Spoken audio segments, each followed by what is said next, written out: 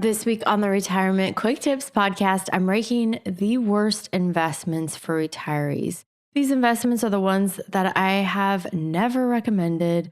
I don't like them.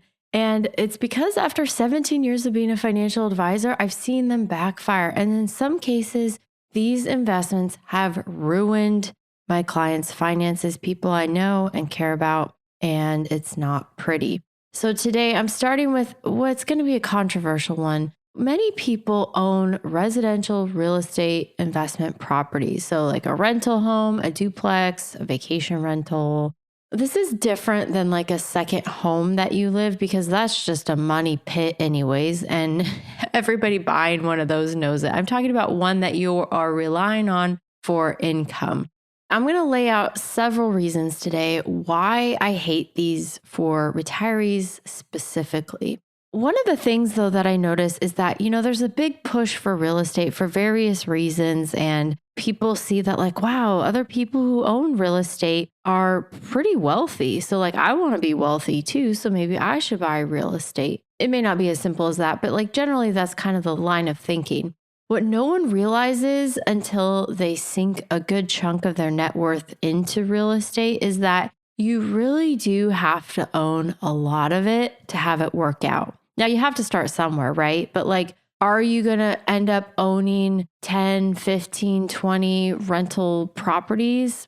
Most of you, no. You might be able to afford to own one or two. So I'm not really arguing the benefits of owning real estate. I think it can be a great investment. And also the income is generally better than what you can get on stocks and bonds. So if you compare like the value of say a rental property with the income you can generate from a traditional stock and bond portfolio, most of the time it's going to be better. The income is going to be higher than what you can get from your stock and bond portfolio. So I think that's kind of the main benefit for retirees specifically is that it generates a higher income stream. But what happens when that income stops? The renter stops paying rent. I see this happen all the time. Or a renter moves out and you have a hard time finding a new tenant. I see clients that have maybe one or two investment properties and they are relying on that income to support their retirement. They need that income. They can't afford to have long stretches, months on end, where the rental income isn't coming in. Also, most people, I know this because I talk to them, they've never done the math on the net returns. You're not sitting there with your spreadsheet looking at all of the money that you've put into that rental property and continue to put into that rental property because it needs upkeep, it needs paint, it needs new carpet, it needs all this stuff. Are you keeping track of that? Because those are out-of-pocket costs. That reduces your net return. Most people who own real estate as an investment have never done the math on those net returns. I don't know if they're just like burying their head in the sand because they know it's not going to be pretty. You want to know though, what is your actual net income after all expenses, taxes, insurance, property management fees, etc. All the upkeep that's required. Anyone who owns any sort of real estate knows that like it can be a real money pit. I'm having to constantly spend money.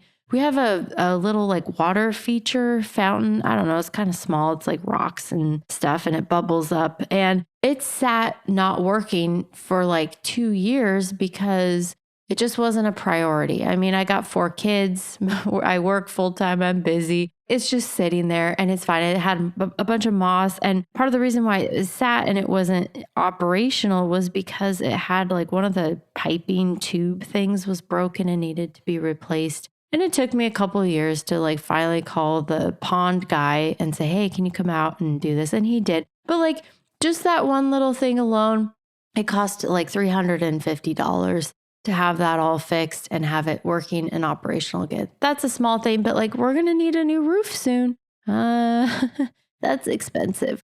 My point is you got to add up all the costs because even if you own that property, if you own it free and clear, even if you manage it yourself, that income stream is vulnerable and you could go months without any checks coming in. So depending on where you live, the laws also favor tenants, not landlords. So someone could just stop paying you for months, and until you sue them and spend a bunch of money on legal fees going through the court system, you can't even kick them out of your rental. I had this happen to a client of mine. She's in her 80s. Do you think she wanted to bother with a tenant who didn't want to pay their rent? I think it took over a year, and she did have to hire an attorney and do all this stuff and go through the courts. It was a whole mess. Now, the math works in many cases if you acquire a portfolio of properties that provides proper diversification, a large income stream. But like even the large property managers are not doing very well. Like the ones that you hear about that have bought up, something like 10% of the homes that were for sale and then turned them into rentals. Like that business model, even at a large scale, is not working. But it's even harder to make the numbers work if you just have a couple of rentals, which is all most people will end up with. And in my opinion, it's a terrible investment because it's just not worth the headaches. And that brings me to the real reason and why I think they're one of the worst investments for retirees: the headaches. You have issues with tenants, you have emergencies, you have costly repairs, you have vacancies. It's an illiquid asset, which I talked about was one of the main criteria. You can't sell this easily, especially in this market. They're complicated. They have tax issues. There's a vulnerability. Like if there's a real estate market downturn, which we're seeing right now, should I continue? I can list more reasons. What I typically see among my clients is a rush to liquidate their real estate as they get on in retirement. So usually like they get to their 70s and they're like, oh shoot, I am done with this headache. I want to sell my real estate. I'll just pay the capital gains. I'm going to get out of this completely. I actually don't advise my clients in this area because real estate is a complicated animal. It's not something I have a lot of expertise, very little expertise in, but more often than I would expect, that's exactly what my clients do. And I'm not pushing them in that direction.